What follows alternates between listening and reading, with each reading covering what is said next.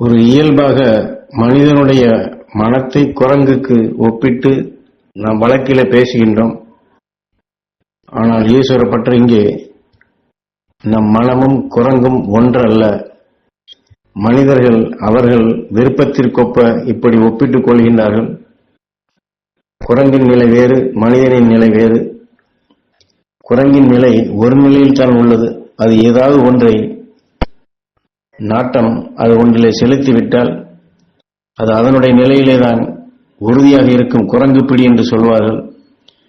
ஆனால் குரங்கு மரத்திற்கு மரம் தாவுவதை வைத்து மனநிலையை குரங்குடன் இவர்கள் ஒப்பிட்டுக் கொண்டார்கள் என்று விளக்கம் சொல்கின்றார்.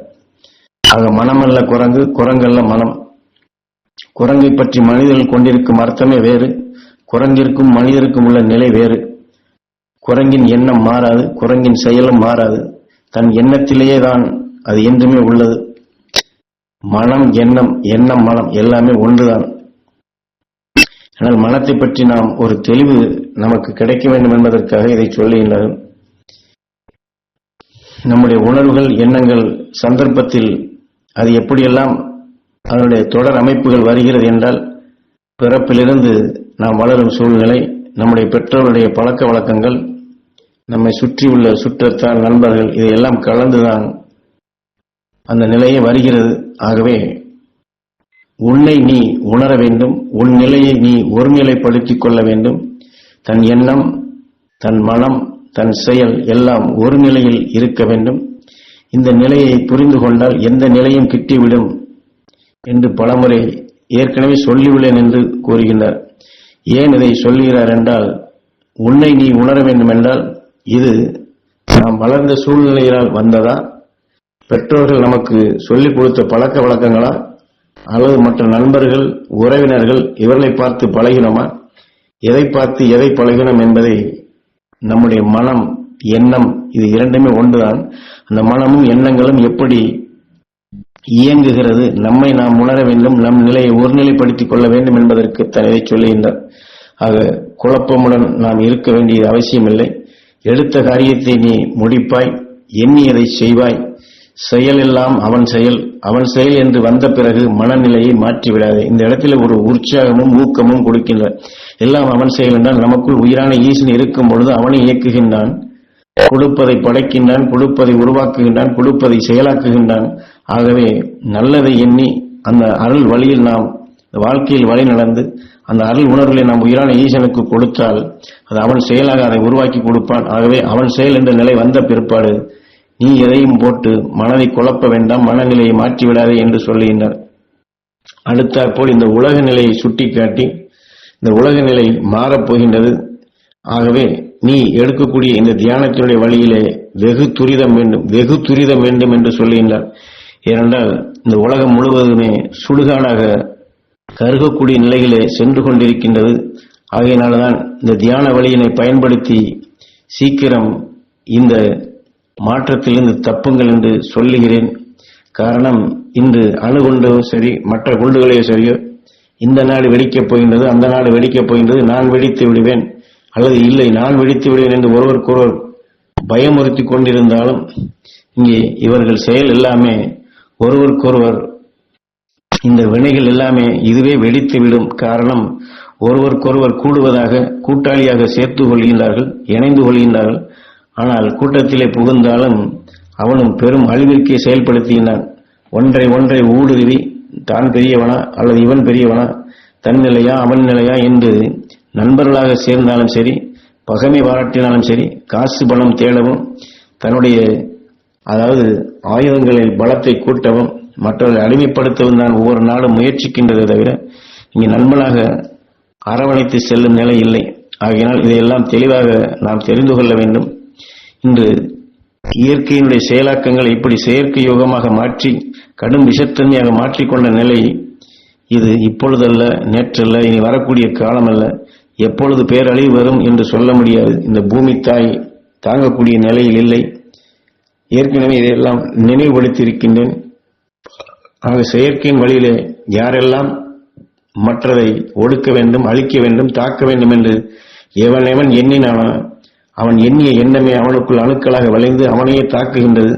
ஆக நல்ல எண்ணமோ தர்மமோ நியாயமோ எல்லாமே மறைந்து விட்டது. செயற்கை யுகத்தில் வாழ்பவனுக்கு அல்லது செயற்கையுடன் ஒன்றி வாழ்பவனுக்கு இயற்கை நிலை எதிர்க்கப்பா. சீரிடு வாழ் இயற்கை எண்ணெய் அவனின் செயலே அவனையே அழித்துவிடும். விஞ்ஞானத்தை கண்டான், ஆனா மெய்ஞானத்தை கண்டானா? விஞ்ஞானமும் மெய்ஞானமும் கலந்திருந்தால் நல்ல நிலை பெற்றிருக்கலாம். ஆனால் மெய்ஞானத்தை மறந்து விட்டார்கள், அழித்து விட்டார்கள், அந்த பாதையவே தடைப்படுத்தி விட்டார்கள். இன்றைய விஞ்ஞானத்தில் ஒரு உயிரணுவை மனிதனால் உருவாக்க முடியுமா? முடிவதில்லை. ஆக இயற்கை உருவாக்கிய அந்த உயிரணுவை வைத்துத்தான் மின்சாரத்தையும் காணுகின்றான், மிக சக்தி வாய்ந்த நிலைகளையும் அதை வைத்துத்தான் இவர்கள் செயல்படுத்தினர். ஆனாலும் இந்த விஞ்ஞானம் எல்லாமே அழிவிற்குத்தான். ஆக மற்ற மண்டலங்களுக்கோ தூரத்தில் உள்ள கோள்களுக்கோ மனிதர்களை குடியமர்த்த என்று ராக்கெட்டுகளையும் செலுத்துகின்றார்கள், பறக்கின்றார்கள். ஆனால் பறந்தான், அவன் எதை கண்டான், என்ன பலனை கண்டான்? தன் நிலையை உணராதவன், அதாவது தனக்குள் இருக்கக்கூடிய உயிரையும் தனக்குள் இயங்கக்கூடிய ஒவ்வொரு அணுவின் செயலையும் உணராதவன் ராக்கெட்டை செலுத்தி பறந்தான் என்று சொல்லுகின்றான். ஆக தெய்வீக நிலைகளும் தெய்வீக உண்மைகளையும் அந்த இயக்கத்தையுமே அனைத்துமே மறக்கக்கூடிய நிலையாக மறைந்து விட்டதப்பா என்று சொல்லுகின்றார். ஆக பறந்து அவன் எதை கண்டான்? பார்த்ததை மற்றவர்களுக்கு உரைத்தானா? இல்லை.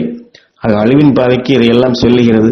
அது இன்று நாம் இதையும் கேள்விப்படுகின்றோம். இந்த பூமியை சுற்றி இவர்கள் செயற்கைக்கோள்கள் எத்தனை நிலைகளை வேவு பார்க்க, பூமியினுடைய அறிய, வானைகளை அறிய என்று இப்படி குப்பை கூலங்களாக ஆக்கி இந்த பூமியுடைய காற்று மண்டலத்தையும் சரி, காற்று மண்டலத்தில் இப்படிப்பட்ட மாசுபட்ட எத்தனை துகள்களும் பொருள்களும் சுழன்று கொண்டுள்ளது. ஆக அவையெல்லாம் ஒன்றுடன் ஒன்று மோதினால் கடும் அழிவுகள் தான் வரும். இவர்கள் ஏவிய ராக்கெட்டுகள் அனைத்துமே இவனை அழிக்கும் நிலைகளுக்குத்தான் கொண்டு செல்கின்றது. ஆக அத்தகைய காலங்கள் துரித கதியில் வந்து கொண்டிருக்கின்றது. ஆகவே இதை நினைவுபடுத்தி நமக்கு அந்த ஈசனுடைய அருளை நீ பெற்றிடப்பா. அவன் இல்லாமல் யாரும் இல்லை. அவனேதான் இந்த உலகம் அப்பா. அவனேதான் நீ, அவனேதான் நான். அவனையேதான் நாம் நினைத்து வாழ்ந்திட வேண்டுமப்பா. கலியின் தன்மையை மாற்றிடப்பா, காவியத்தில் வந்து கலந்திடப்பா, கல்கியாக நிலைத்திடப்பா என்று ஈஸ்வர பற்றி இங்கே நமக்கு ஆணையாக இடுகின்றார்கள். ஆக வளரும் குழந்தைகளுக்கு, அதாவது சிறுவர் சிறுமியர் என்று அவர்களுக்கெல்லாம் இந்த உண்மைகளை தெரியப்படுத்தி நல்வழியில் அழைத்து செல்ல வேண்டும். இந்த ஞானத்தின் பாதையை காட்ட வேண்டும்.